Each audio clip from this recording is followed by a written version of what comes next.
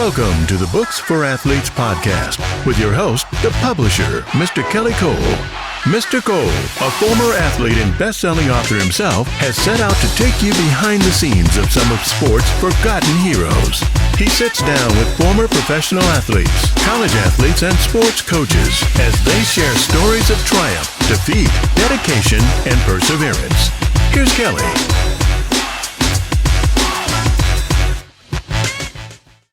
What's up, everybody? It's the publisher here, Mr. Kelly Cole. I'm back with another episode of the Books for Athletes podcast. And today I got a special guest, my main man. I call him my Chi-Town homie, Karvell. What's up, bro? How you? Man, how you doing, Kel? I appreciate you for having me on, man. For sure, man. Thank you for coming on. It's a long time coming. Long time coming. For sure, man. For sure.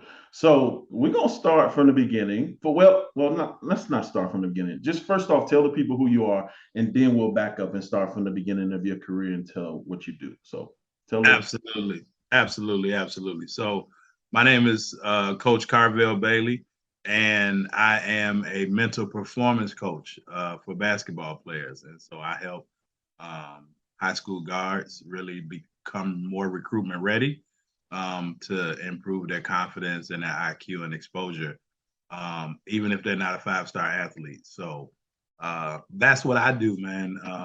Teacher, right? Teacher by trade. Literally, I sit in the classroom and I'm a teacher. But on the court, I've always considered myself a teacher, not a coach. And we can get into that a little bit later. But teacher by trade, man. Yep, definitely that. Dope. So what do you teach? What grade and what subject? Oh, man. So I've been in education now for 21 years in education now. So I'm certified in social science, social studies, history, economics, law, government, civics, that whole social studies spectrum, high school. So I'm certified 6 through 12. So right now, I took a break from high school and I'm actually in the middle school right now. So that's a little bit different. Stress level a little lower. You know, they're more impressionable. You know, by the time they get to that high school, I've been doing that about 18, 19 years. You know, you kind of got to deprogram and reprogram them. So that's what I'm doing right now. For sure. So, all right, let's go back to the beginning. Born and raised in Chicago, what side of town? Man, so actually, I was born and raised in Harvey, Illinois. Got in it. the south suburbs of Chicago. Some people, right? Some of your viewers may know Thornton, Wildcats out there in Harvey. Born and raised in Harvey. From there, we actually moved to Oak Forest, and so at that particular time, it was it was all white. We were the only blacks in the community. Excuse me, that's probably a whole separate podcast. That was my first introduction at like 3 years old into racism, like real racism, like burning crosses on our front lawn, you know, baking pies, baking cakes, throwing them at the window, eggs at the window. Like literally my dad used to have to sleep in his car sometime in the garage, you know, with his pistol on his lap. And, you know, one time he was able to chase somebody, and so that from there, then we went to Matteson, Illinois. So south suburbs, family is from the west side of Chicago. You know, I know you know about that as well. Yep. And, you know, my parents used to always say, you know, boy, you're in a rush to get back to the west side. But once I got grown and, you know, got in college, I actually myself lived on the west side for about 12 years. So, you know, that was where, you know, family at, where the heart at. Yeah. It's a mindset, you know. In the south suburbs, I had an amazing life growing up. It's just something about that west side mindset to me that's just, you know, that toughness. So I've always loved that side of town. Ain't nothing like it. So for me, like you said, growing up on the west side, man, I can remember when I started falling in love with sports. Yeah. football, basketball, and Yeah. I just don't understand like these kids today. Like they're in the house, bruh. Like we literally went outside and we did not come inside until they made us come inside. And depending on what season it was, as far as fall, winter, summer, we was either Yep. playing basketball, we was playing football. It didn't matter. Something. So Strikeout, yeah, piggy, something, so so yeah. So when did your love for basketball evolve? When did it start? Man, so I can honestly say around that time when we moved to Oak Forest, after all the racism and like they knew they wasn't gonna run us out of there, Yeah. my dad put a rim up on the garage. Okay. And that was, I vividly remember him putting that rim up on the garage.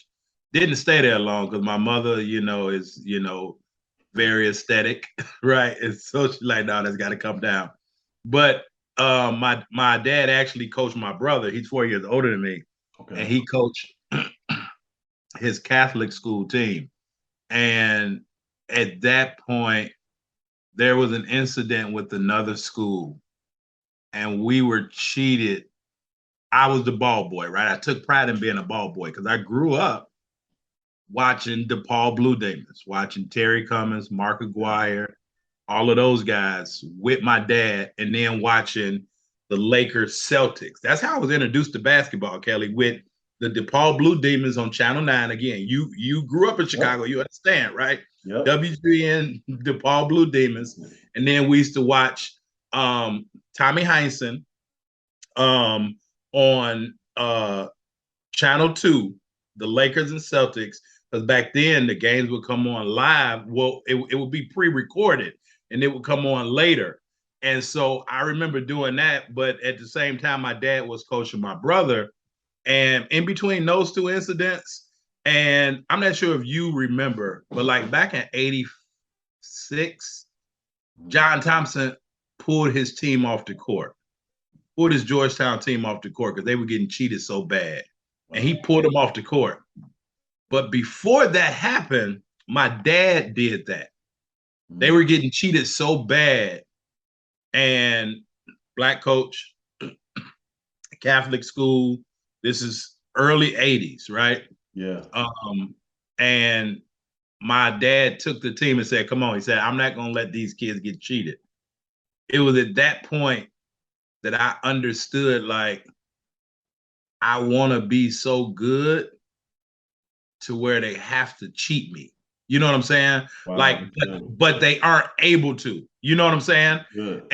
And so in between those three things, that's where my love for basketball came up. But because I was chubby, I always have been the chubby kid. I had some challenges because I was as good as anybody, but I couldn't play as long as everybody. If that makes sense, right? Mm-hmm. So, and my dad used to always tell me, like, look, if you're not in shape, I'm not going to let you play. So he actually took me, I was 6 years old, and he actually took me to play in this outside tournament.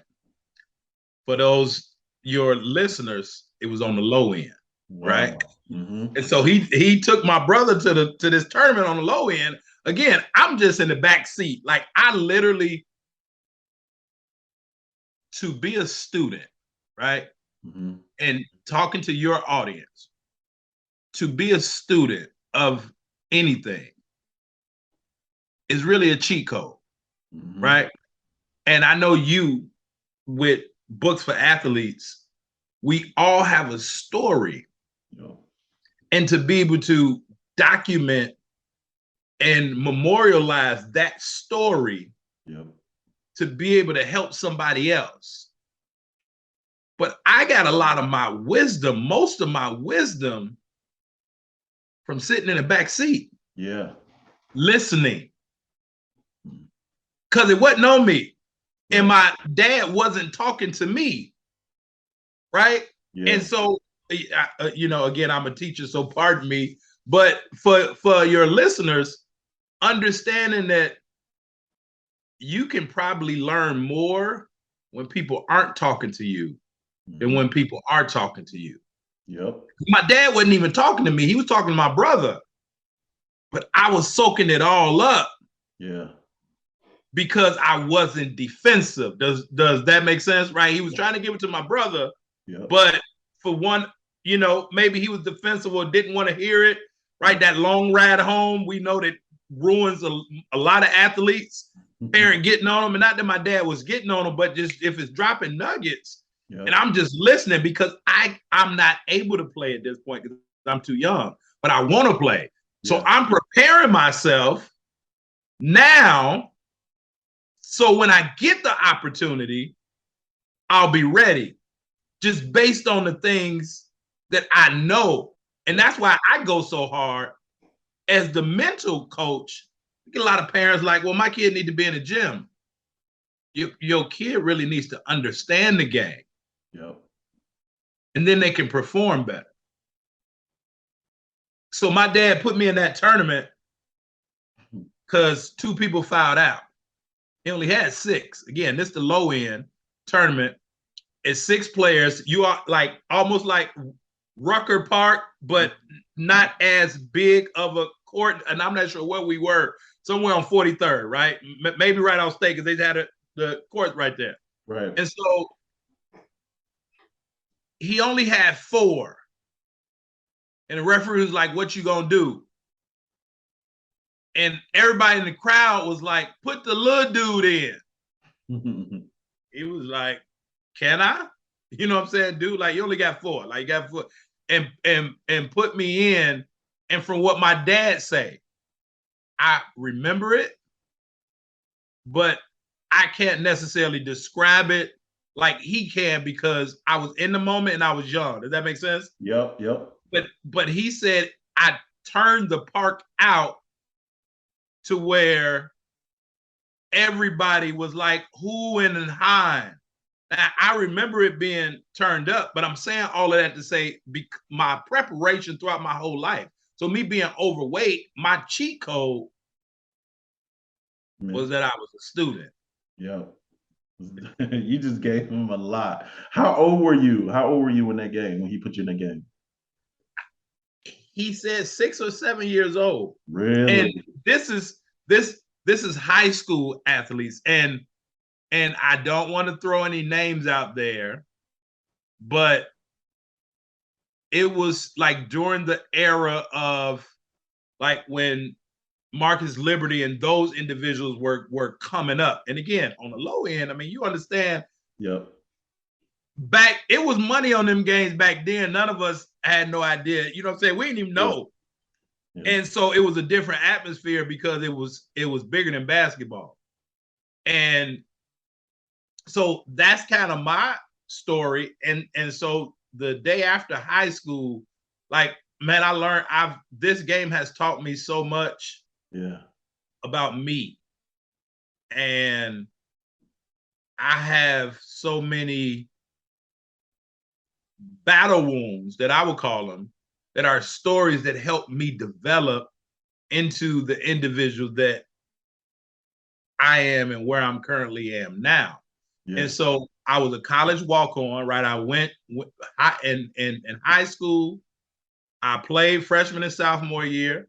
I started on the B team freshman year. Should have been on the A team again, chubby guy. I had 15 assists. The statistician came down like, man, you have 50. Now I'm Magic Johnson fan. Michael Jordan is the best ever. He's the GOAT. Right. Magic Johnson is my favorite player ever. Wow. Next to Marcus Liberty is my favorite high school player. Yeah. But so freshman and sophomore year, I was on the B team. After that first game, they moved me up to the A team. So I've always had to deal with those challenges, but being able to overcome them somehow. So I went from the B team to then on the A team the very next day. Sophomore year, played. Junior year, we transferred. I got upset, and I said, I'm not playing. Another key point. My being upset in the moment, and I've heard somebody say this, like, don't make a permanent decision for like a temporary emotion or something like that. Yeah. And I'm like, I'm not playing for this team. Hey, it's the publisher here, Mr. Kelly Cole. Listen, if you are a former professional athlete, if you are a former college athlete or sports coach, and you're looking to launch your speaking career, let me tell you, you need a book. If you're already out there speaking and you want to track more high-paid speaking engagements, you need a book. It's not about creating more content to post on social media. It's not about recording a bunch of videos. It's not about doing more podcasts.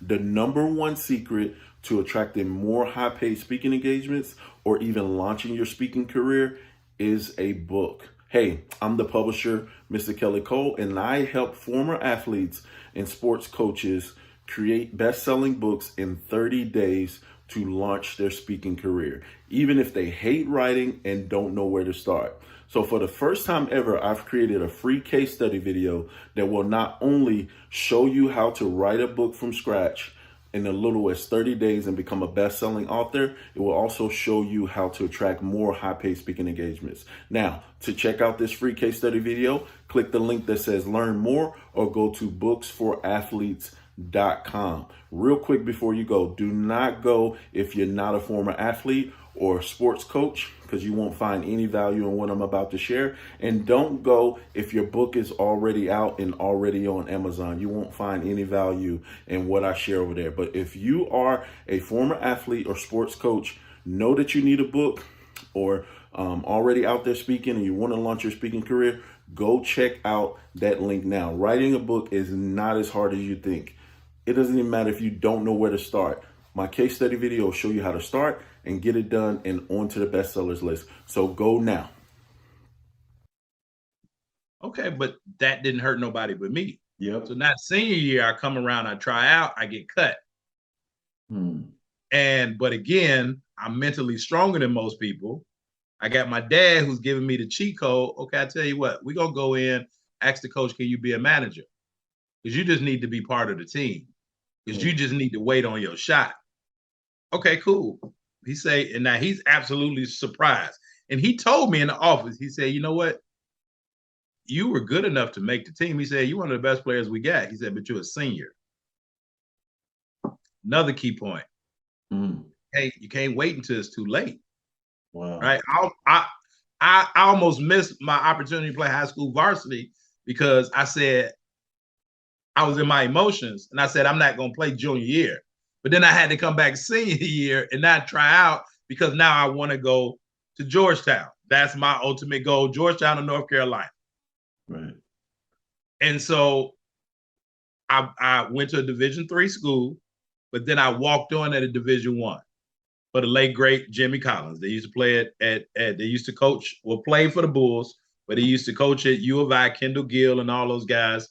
And so I learned how to take the stairs where other people was taking the elevator, but I've lasted longer, if that makes sense, right? So like all those guys that I was not comparing myself to, but like it seemed like they getting all the breaks, and it seemed like this elevator I was taking the steps, right? But I'm still crawling, and I'm still impactful in this game today. And so with all of that, coaching and camps, summer camps, high school, and then when I went to college, I said, I want to give somebody the opportunity that I had because I understood my journey, not recruited, being a Division III player, walking on at a Division I, and these kids are in the inner city of high school. I used to coach at Hyde Park High School. Well, after their senior year, they was back in the neighborhood. Does that make sense? And I'm like, how can I help their parents help them? And that's when I got on the quest. I was like, I want to go to the college level because at least I know 3 or 4 guys a year that I could probably help their parents and change their life by just offering them a scholarship. Yeah. And that's what I did. And that's where I'm at now, man. I mean, it's been a heck of a journey, but one that was necessary, right? Yeah. Everything happens for a reason. And, you told me when we first met, and maybe it was just Chicago homie like energy. But you was like, you need to get out of there and share what you got around the country. Yeah. I'm like, man, I just met this dude. Like, I know you're from the West Side. I'm like, what? And you was like Jesus wasn't really accepted. And just me sharing a tidbit of my story, like I'm a former college head coach. This is what I do now. And you was like, bro, you was like, yeah, you need to do almost like a tour. I'm like, man, like I ain't a rapper, like I don't know, but again, as I grow, as I learn, even as I watch you with Books for Athletes, it makes more sense as to what you were projecting for me to do, but you're helping other people do it because everybody has a story. Yep. And it's for somebody to listen. For sure, man. For sure. Going back just a little bit, where did you play D3 basketball at? Aurora University. Okay. And then you walked on at what D1 program? At UIC. Yep. So I started at Aurora, played my freshman year. Again, was on the JV, but I played varsity. The coach got fired, Kelly. Wow. Coach got fired. And they brought in the women's coach as the men's coach. Wow. I learned the business side of basketball yet again. He brought in his own players. Now I'm a sophomore, so I'm slated. I'm like, I'm about to be the starting point guard. You know what I'm saying? They handed it to me. Yeah. And then the coach get fired. And they bring in the women's coach, and he, has his own people. And from that point, I said, that was the only time in my life. And I don't really regret it because of what happened from that. But that was the only time in my life that I ever quit something. Because my dad and my mom never let me quit. They said, if you start, you're going to finish. Right. But I quit because I knew I shouldn't have started. And I didn't want to have you ever knew you was making a mistake, but you kept going further into that mistake? Yeah. And so at that point, I'm like, let me just cut my ties so that I can free myself to be able to do other things. And then at the semester was when I transferred to UIC and then was a student there for a semester and then walked on that next year. Dope. So what's some of those lessons, man? You touched on, you was like, basketball has taught you so many things. Like what was some of those lessons, man? That's what we need to hear. We need some of those jewels. Man, so basketball and life is really synonymous in terms of the same principles that you use to be successful on the court are the same tools that you can apply off the court. Right. So use them same tools on the court, but you can apply those same things off the court. And I tend to things tend to make more sense to me when it's in a basketball, if I can flip it. Yeah. And like interpret it as if it's in a basketball setting. Yep. And a lot of those, so I can give you words like patience, perseverance, dedication, all of that stuff that we know will come. But how long are you going to pursue something if you really want it? Yeah. Like that's what I've learned, because in that comes all those words that I was just speaking about, right? Yep. But with my journey, every step of the way, there was a roadblock. And why would I continue to try to go through the roadblock, over it, around it, or under it? Yeah. Why would I continue to try to get on the other side of that roadblock? Well, that was because that orange ball brings me solace. Does that make sense? Yep. And so that's where I go. Like I picked up a basketball earlier today at work. I was in one of my buddy's office. I picked up a basketball and it was almost like I was grounding myself. Like the same feeling that I get when I put my feet in the grass. It was that same feeling. I just felt them tingles go. And so those lessons are, right, how far are you willing to go to get what it is that you say that you want to get? Yeah. But more importantly, it's taught me about myself that nobody can be harder on me than me. Right. And like basketball is you have a lot of players that are skilled, but they're not effective because of their confidence. Yeah. And being that chubby guy, so it kind of exuded off the court, kind of that confidence, that prove me wrong type of mentality. And so I didn't not quit, or I haven't kept going this far in this game so that I can say I proved you wrong. Right. But in attempting to go as far in this game as I can go to be able to help life and basketball, Yep. be able to help change and save the lives of those people that I'm called to teach. That's far beyond I told you so. Yep. But I told you so. You know what I'm saying? Like I'm way past you with I told you so, but now it's a purpose attached to it. So I think that you have to have a purpose when you set a goal. Mm-hmm. And my purpose initially was, this is going to take my mind off of things, right? Again, and my wife tells me all the time, because it's like, you need to share more of your story. Yeah. The context, not the content of I'm a coach, winning records, champion, but what's the context to the story? But basketball kept me sane. Yeah. When I had to come in the house and the lights was off. Yep. Talk about it. You know what I'm saying? Like, I can get out of here and go out in the driveway and shoot at least until it's time for me to go to bed. Right. There ain't nothing else for me to do. And not that our lights was out all the time. Right. Right?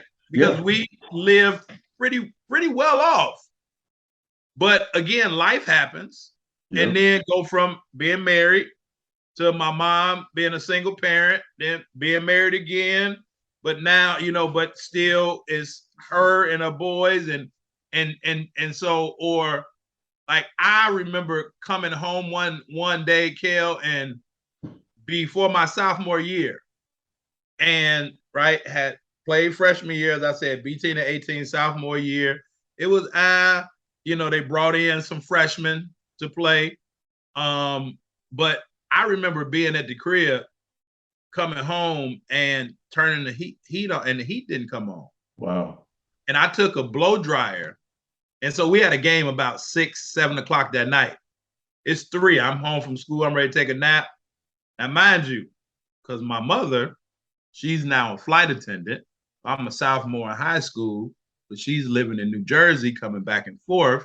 Wow. So it's just me and my college-age brother, and one of my cousins got arrested. So basketball helped.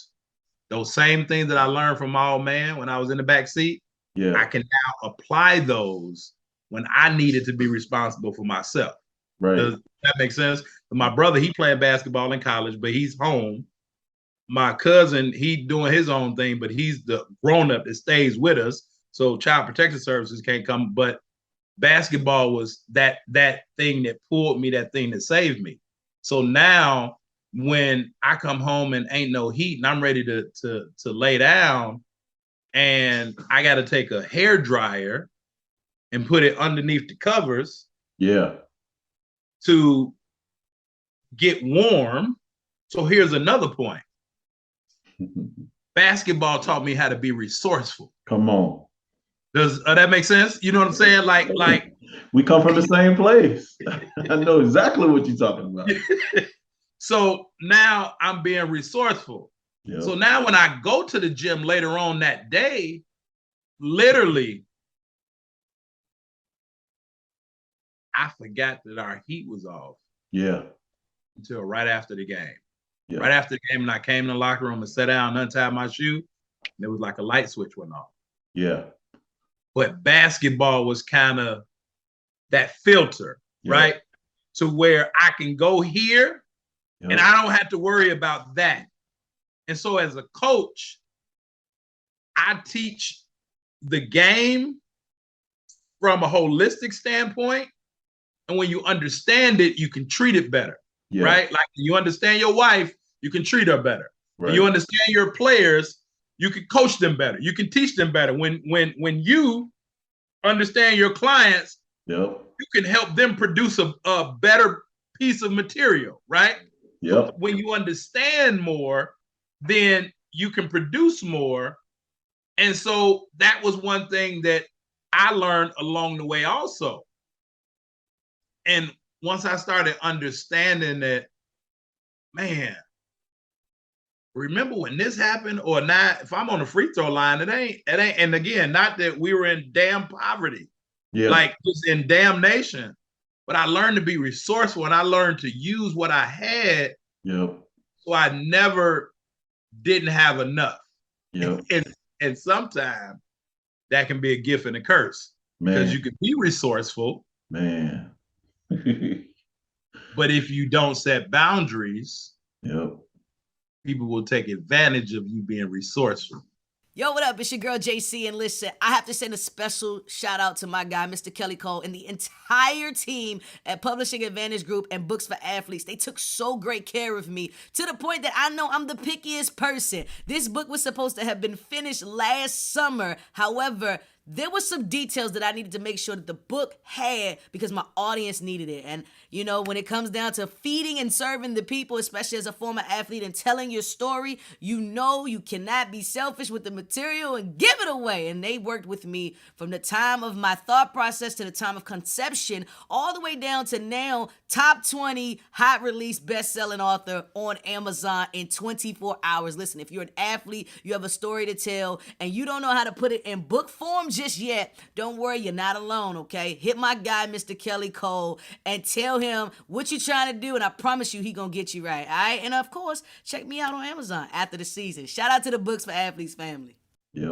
Because now they gonna say, oh, I ain't got enough money, you know, oh, your program costs how much? Oh, let me give you this. Or, hey, can, you know, man, how many times am I gonna take you to work before you give me some gas money? Like, oh man, you got, you know what I'm saying? It's like, so you have to draw those boundaries. You have to be resourceful, but you got to draw those boundaries, because if you show that I can literally take a lemon and make lemonade, and it takes 5, they're gonna be like, okay, I only got a half a lemon this time, Kelly. Like, what can you do? You know, so you got to drop. No, I need the whole lemon. You know what I'm saying? And so basketball taught me to express myself also, because. And I express myself in my giving. As a point guard, I was more concerned with giving than receiving. So everybody wanted to play with Chubby Karvell. I'm going to get the ball, and I'm going to get the ball in the right place at the right time. But I studied the people that I was playing with. And studied against the people I was playing against. So I knew what could happen if the opportunity presented itself. For sure. Makes sense, because Magic Johnson was your favorite player. That's what he did. Mike wasn't passing the rock. Now he was. No. Not like Magic though. But bro, so much you said in that, my mind went so many places. But you're right, man. Growing up in Chicago, growing up in the inner city, like, you have to become resourceful. You have to know how to make it happen.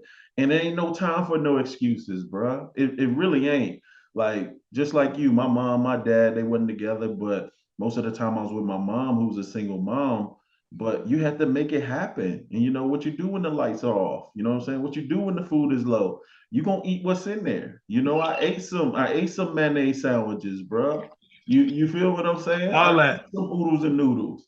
And so much so, somebody was talking to me on social media this week, and they was like, they said something about struggle meals, and I was like, I don't do those no more. Like, I don't eat oodles and noodles. I don't eat eggs.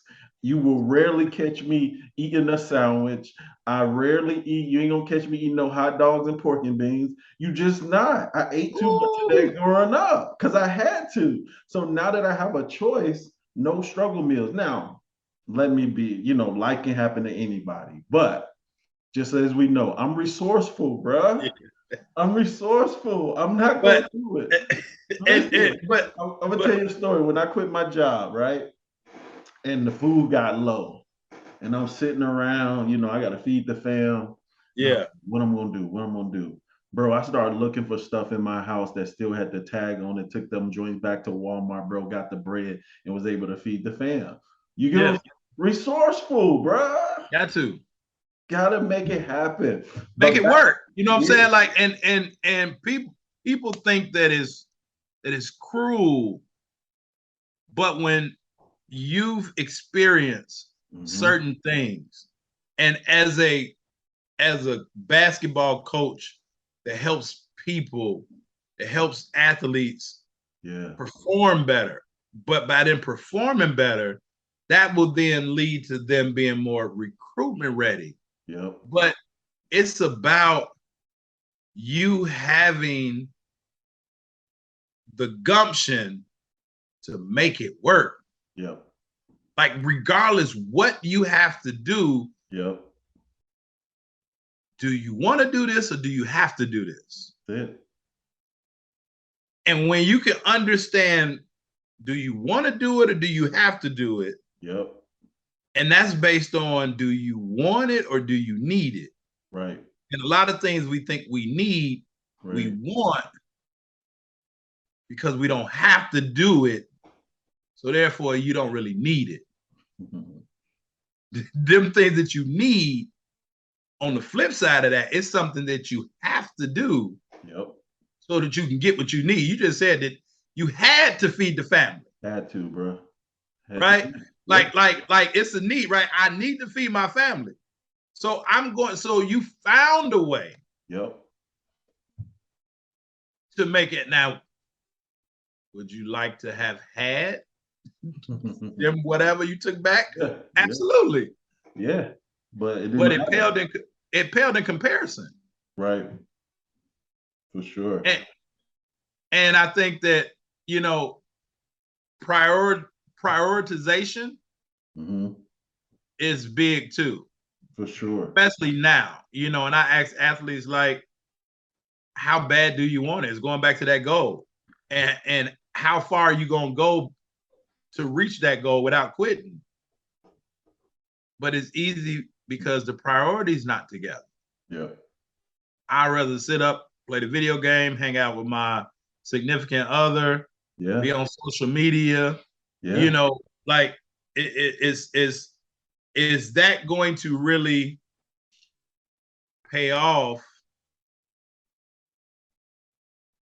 in the long run, right? I Yeah. was trying to find a comparison with books, but like, For sure. when you shooting in a empty gym, it's gonna show when you're in a packed gym. And if 100%. you only shooting in the packed gym, it's gonna show too. You know what I'm 100%. saying? So 100%. you can't hide the grind. And the one thing that I watch, again, I'm a student, but I'm totally impressed, if I can say it, like, I'm totally impressed how in the 4 years like that we've known each other, Uh-huh. the shift that you've been able to make, and it was a quiet shift too.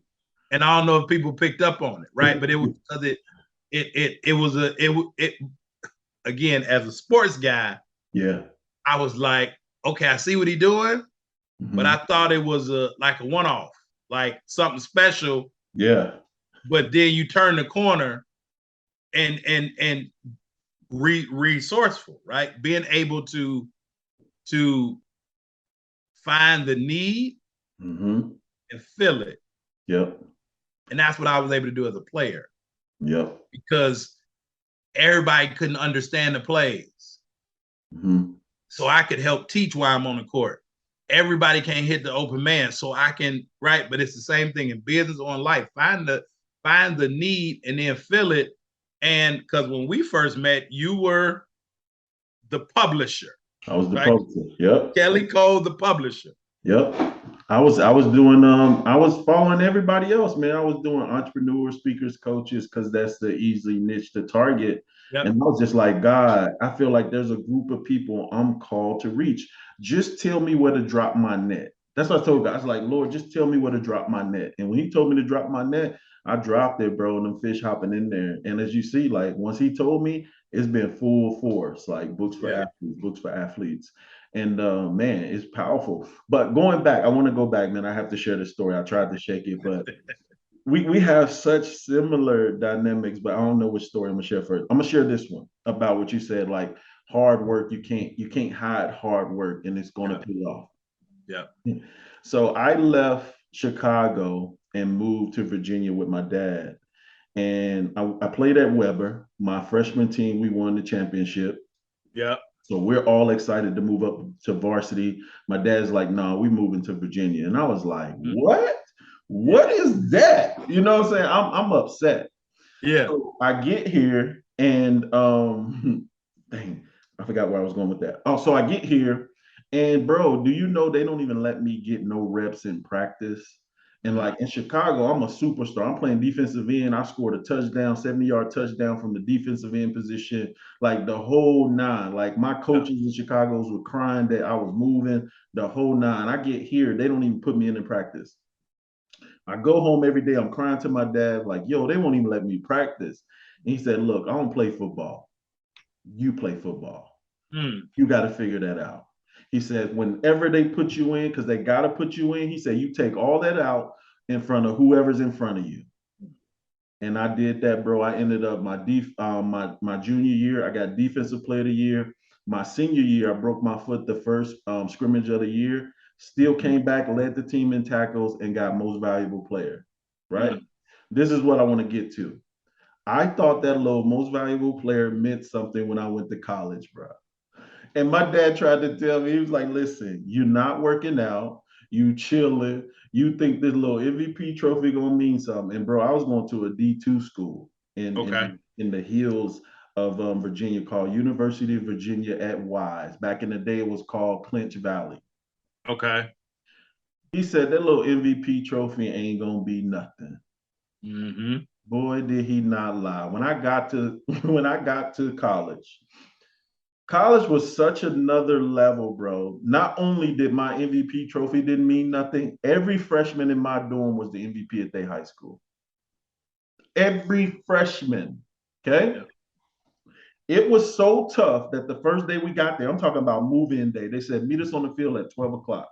We met on the field at 12 o'clock. We did a 60-second obstacle course. That obstacle course was so rough, bro. At least 30 people went back to their dorms, packed their stuff up, and left that day. Wow. I lasted 2 weeks. It was when I got to college that I realized I did not love football as much as I thought I did. And I was like, nah, my career over. Yeah. But yeah, it was, but just think about if I had that mindset to work hard, if I had that mindset to prepare myself for the level. And my dad tried to tell me, now my dad played in Chicago. He went to Weber. When he was at Weber, they were 8th in the nation. He was nominated for McDonald's High School All-American. Okay. All of that. So he was a baller. Yeah. But what didn't he do? He didn't take care of his books. Yeah. So he went to Northern Illinois University. He was chasing the girls. He came home on the break, got my mom pregnant, and then guess what? Your career over from then. Then he tries to go back, breaks his foot, and then career over. But he's always understood working hard in basketball and all that stuff. But yeah, man, I said all that to say too, another thing. So I not only come here and play football, I play basketball too, right? Yeah. all white area. We got a black coach. So I'm like, yo, I'm in there. Yeah. About, bro, he did not like me, bro. Mm. He did not like me because my dad was in my life. He Yeah. didn't have to raise me. There was nothing I really needed him for. I just wanted to play basketball. Wanted to play. Yeah. Now, I wasn't the best basketball player, but I'm gonna get you 10 rebounds and 6 points off putbacks. I didn't have to shoot the ball. Like you said, I just wanted to play my role. Yeah. Bro, my junior year, I probably played 6 minutes the whole year. Sat on the bench, right? Senior year, make the team again. First 3 games, didn't play at all. Not 1 minute. And I'm a senior, right? Yeah. It'd be different if they was better than me, bro. It wasn't Right. Yep. Yep. It wasn't 5 dudes scrappier than me. It wasn't 5 dudes that could out rebound me. It just wasn't. So I was like, Pops, I was like, I can't do this. I want to enjoy my senior year. I already got MVP in football. Like, can I quit? And my dad was like, yeah, you stayed longer than I would. My dad let me quit. I got invited to a college camp with all of the high schools from my area. Okay. Right? All of the starters, including the starters from my team, all of the high schools come together to this camp. Bro, I ball out. Dropping 32 and 10. Killing. Got MVP of the camp. The college coach is like, where you play at? I was like, no, I sit the bench at Virginia High. And walked out. I was like, no, I don't play nowhere. I sit the bench at Virginia High. But that was my redeeming moment. Like, bro. Redemption. That's what I was about to say. Yeah. I proved it to me. Yeah. You know what I'm saying? I proved it to me. He was like, where you play at? Everybody's like, where you play at? I was like, no, I sit the bench at Virginia High. Yeah. And they was trash, bro. But, yeah, we could do this all day. No, and to your point, kind of as I mentioned earlier, it's not that I told you so. I'm proving something to me. Yep. And when I can prove it to me, I've already passed the I told you so. Yep. Because you didn't even think that I would even get to the point of proving you wrong. Yep. But it's so much more beyond that. And I just hope that your listeners understand. And the one thing that I wrote down was like that opportunity will come. Yep. No matter what it is. Yep. That opportunity will come. Are you prepared for it? As you said, you ask God, tell me where to drop my net. That's it. But now you just shared 2 stories, and I'm not even sure if your audience has ever heard these stories, right?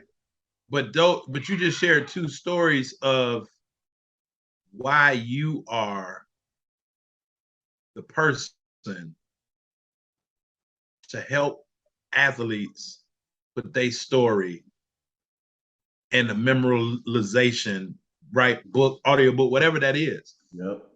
Like you just explained, and because you was doing it for yourself, but because you did it for yourself, almost every athlete has that story. Yep. Or they have that, they had that passion to want to do it for themselves. Yeah, it could have been, right? I got to get my mom out of the neighborhood, or I got to do this, but a lot, and this is why I go back to confidence, why life and basketball are synonymous. Self-esteem and confidence. Now, I'm a firm believer, play the game the right way. Yeah. But again, basketball does take my mind off of whatever's going on. So as I coach, as I teach, I want to teach you how to play it the right way, but you got to understand it first so you can play it the right way. Yeah. And now I want you to play it so well the right way to where the people that's watching you, they're able to take their mind off of whatever is going on in their life for 2 hours, an hour, no, whatever that is. But going back to your point, the opportunity will come. Yep. So had you not went through the things that you went through, now when guys say drop your net there, it wasn't like your confidence wavered and you was like, I don't know if I can do this. right? So now I got to prove it to myself because it's right. Because certain people got to prove things to themselves because they don't believe they can do it. Yeah. But there's other people that gotta like do it for themselves because they see it. Right. And it's like so I gotta do it because I know I can. And some is like, I don't know if I can do it, but let me just try. But guys say drop that net, Kelly, right here. Yeah. You had to be confident to, as I said, to make that turn. You know what I'm saying? You were this way and sharp. Sharp. So quick. And it's been but that confidence. So you had to have that confidence. Yeah. So when the opportunity came, you were ready for it. And a lot of times you didn't even know, right? Like again, publisher. You was, as you said, whoever want to write a book. Yep. Really. Yeah. And you were qualified to help all those people. Yep. But just think of, because almost any entrepreneur, successful business person, even if they're in corporate, majority of those people are athletes, Kelly. Now, I don't want to be biased. Yep, majority. You know what I'm saying? Yeah. I don't want to be biased. And I tell school administrators this all the time. I say the student athletes represent majority of your building. Yep. Majority of the students in your building is playing some sport or another. Yep. So if the student athletes can take ownership, they can solve all your culture and climate issues. Yep.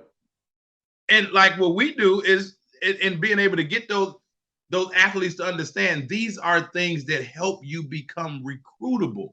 Yep. Yeah, you can have a 5 jump shot, but what things have you learned from this game that you can then apply to your life and help other people apply to their life?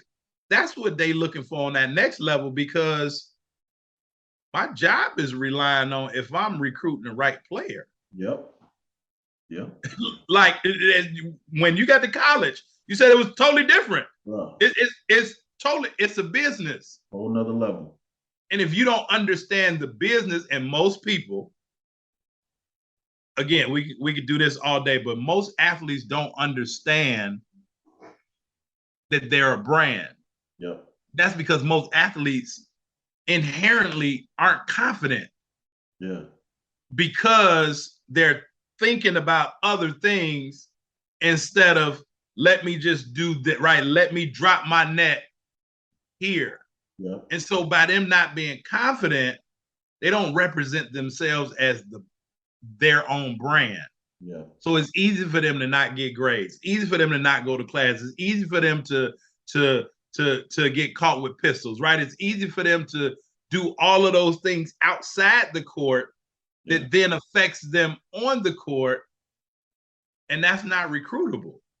It's true. Because I don't want to see my school name on the bottom of the ESPN ticker because the person that has a 40-inch vertical can score 30 points, but they got attitude and anger issues, and now they in bar fights. Yep. And if athletes don't understand how to, that they're their first brand, and if they put themselves in a position to represent their brand, now coaches are coming looking for brands. Yep. Like coaches are really coming to look for, to any parent that's out here that has a high school basketball player, coaches are really looking to form partnerships. Yep. That's really what the college game has come to now, with the transfer portal and everybody going to different places. It's because you partner with somebody that didn't really fit. Yep. And that's because, as you said, everybody going to the same event that you went to.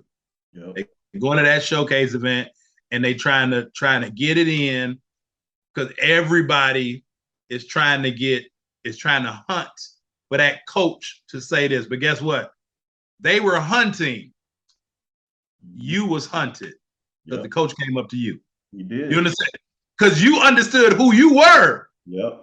So now he was hunting you, and you was like, man, checkmate, game over. Out of here. You know, Yeah, yeah. Out of here. Like, bro, I was balling. Like you said, it was like that moment, like you said, when your dad took you to that park, bro. I went to another level. I just blacked Mhm. out. I was just in one of those zones where every move I made worked, every rebound was in the perfect spot.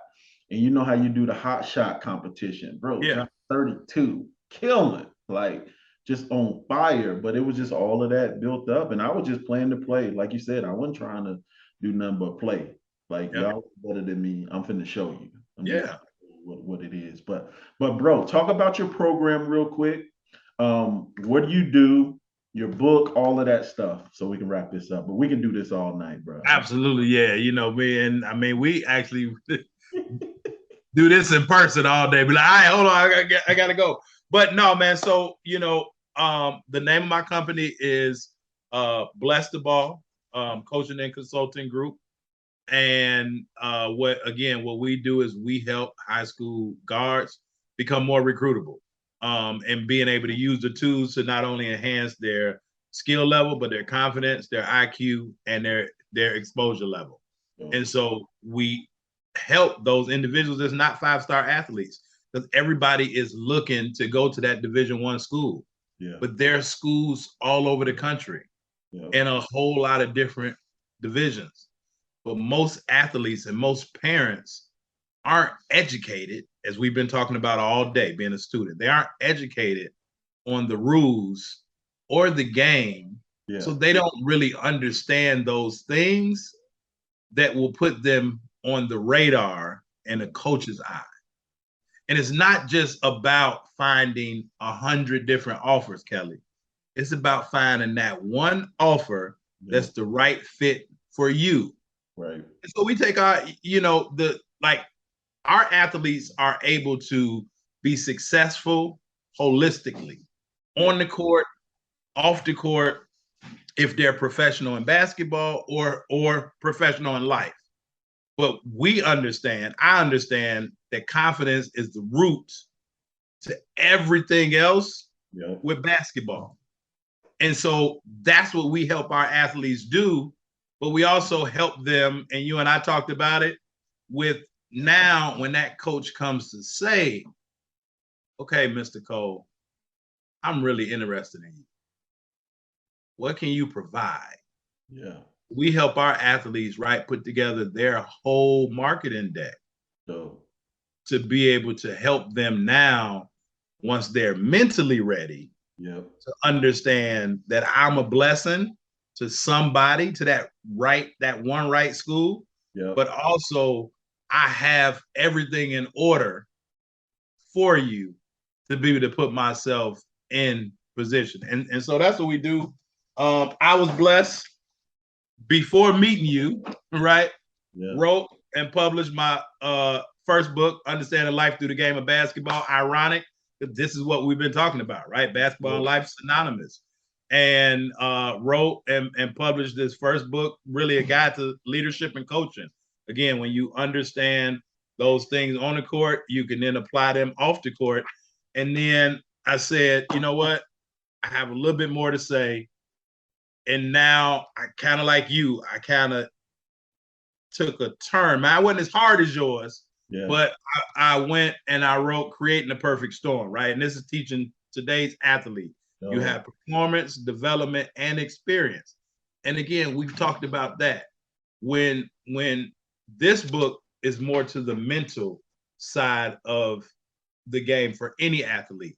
yeah. And in basketball, we call it getting in a zone, as you said, and that you were in the zone, No. but because of your experience, right, your knowledge, that helped you perform better Yep. because of all of that. And so doing whatever it is that you were doing to lock yourself in that mode. And so this goes through different things that athletes should do, can do to put themselves mentally in the right space for a game. And yeah, man, we we're rolling. Actually, we have a coaching call tonight. But really being able to not only help the athletes but help the parents. So, And that's one of the biggest things that I've been proud of as a coach, again, to not only teach the players the game, but to teach the parents a little bit more, because as you go higher, the higher you go, your win gets shorter, if that makes sense, right? It's harder to breathe the higher that you go. Yeah. And so with that, there are people trying to take advantage of people. And so parents need to be educated too on, well, what's this recruiting process? What does this look like? What do I need to do as a parent to be to help my kid? What am I probably doing now that's hurting my kid? Yeah. Do I need to play AAU basketball, right? What's the real truth? And as a person that's sat in that first seat on the college level, I can kind of dispel a lot of those myths because I understand what coaches are really looking for. That's dope, man. So where can they get more information about you, your program? How can they follow you and stay in touch, bro? Absolutely. So you can follow me on Facebook, Instagram, Twitter at Coach Karvell Bailey. Follow me at Coach Karvell Bailey on those three. My YouTube channel is the same, at Coach Karvell Bailey. Now, I want to do something special for your listeners, right? I want to do something special for your listeners, because I mean, hey, we helping athletes, right? Sure. For your listeners, right? They can go to Be the Right Recruit. It's literally BETHERIGHTRECRUIT, BeTheRightRecruit.com. Yeah. They can go there and they can get access to a 15-minute training that I've done to be able to help them understand a little bit more the secrets, like 3 or 4 secrets that I use to be able to help athletes and parents really understand what coaches are looking for and help them become more recruitment ready. So they can definitely go there and check out that free video, right, that I made absolutely for them. And for any of your listeners, now I'm going to do this, right, because you my Chi-Town homie. I'm going to do this until the end of the quarter, which is the end of the year, right? They can get both of my books, right? So they can get book bundle. And as you know, because you were on my show, I have a show called Life in Basketball. They can get 15 episodes of my first 2 seasons. We're going on season 6 now. They can get 15 episodes from season 1 and season 2, along with both book bundles. If they want to do that, then they can either reach out to you, or again, they can reach out to us at again, BeTheRightRecruit.com. From there, they can send us an email and everything. And if they want to get the book bundle, we have that book bundle for your audience. It's normally $77. We're doing it for your audience for $47 for the book bundle.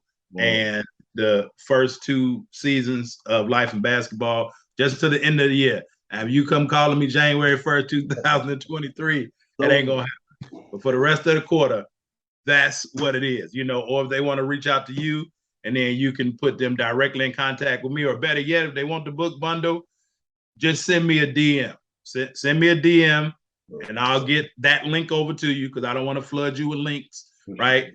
BeTheRightRecruit.com. That's the link if you want access to the free video that I prepared for you. But if you want the book bundle, then send me a DM on my Twitter, my Instagram, my Facebook at Coach Karvell Bailey. Let's go. Go now. Take advantage. You got to the end of the quarter. I'm telling you, that's an amazing thing. So, bro, I'm going to tell you right now, shoot me the link. I need the book bundle, and I need the first 2 seasons. So I'm going to be the first one, bro. So shoot me the link. I got it. Absolutely. Bro, thank you so much for doing this, man. I really appreciate it, man. Stay up, man. Keep doing what you're doing. Let's keep pushing each other. Let's keep growing. Don't hang up, though. I want to share something with you off camera. All right? Yes, sir. Yes, sir. I definitely appreciate you. And listen, before you shut it off, I want to say to those people that's been on the fence, right? Been on that. I've written and published 2 on my own. But if you really want to position yourself as that brand that that you are and that you want to be, and to be able to share your story, I advise you to please reach out to the publisher. Reach out to Mr. Kelly Cole. Not only has he done it for himself, but he's done it for so many more, and he's modest, so I can say it. He's done books for individuals based on confidentiality that he'll never share their name with you, right? But if you want to get a quality product done for you, that's the amazing thing. I'm like, what? It's done for you. So all you got to do is literally talk and let this man and his team put it together. And there's nobody that I would endorse more in terms of putting your books together. Because my next one, I know where I'm going, right? Being a self-published, it sounds sexy. You know what I'm saying? Yeah. But I know it's so much more that can be a blessing if you allow people to help you do it the right way. All right. So definitely reach out to the publisher, Mr. Kelly Cole. Get that book done. It is a book inside of you. Whoever's listening to my voice, it is a book inside of you because there are multiple stories inside of you that somebody else in this world can benefit from. And as I heard one person say, you are selfish. You are selfish if you keep your story to yourself and don't share it with the person that really needs it. Man, can't close it out no better than that, bro. Appreciate you, man. Yes, sir. Thank you so much for checking out this episode of the Books for Athletes podcast. Make sure you're liking, subscribing, and leaving us reviews. And be sure, if you're interested and you want to get your book done, make sure you check out our free case study video at www.booksforathletes.com. Also, if you'd like for me to come to speak to your students or you're having an event and you need a speaker, I would love to be a part of it. Just shoot me an email at booksforathletes.com. Until then, we'll see you on the next episode.